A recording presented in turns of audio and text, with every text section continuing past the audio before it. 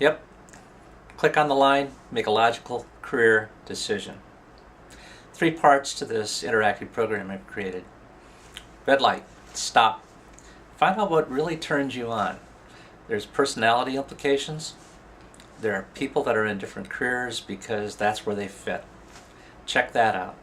I've got 2 choices there. I've got Myers-Briggs and I've also got the Cooter. Well, they're just both personality profile assessments that will really help you figure out what kind of career fields you fit in best. Second, check it out. Caution, yellow light. What that's about is see if it pays enough to be worth your while. Click on that first link there and it'll take you to the Occupational Outlook Handbook, and you'll get like 15 pages of fine print all about whatever career field you've chosen. A lot more information you want to know. It'll also, the next one down, salary.com, you can find out exactly how much people typically start, the midpoint salary and top salary for whatever career you're looking at.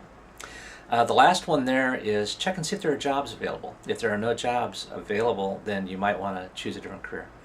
Then green light. Once you figure out, okay, this is something that fits my personality, it's something that really turns me on, then you can create a plan. What this is all about is, it's really very simple. People who are pursuing coursework, a career program, because it turns them on, because it's their passion, are much more likely to be successful than students who are just doing something because it's the teacher's assignment, or because your parents want you to do it, or because you need to make money and that's a field that makes a lot of money.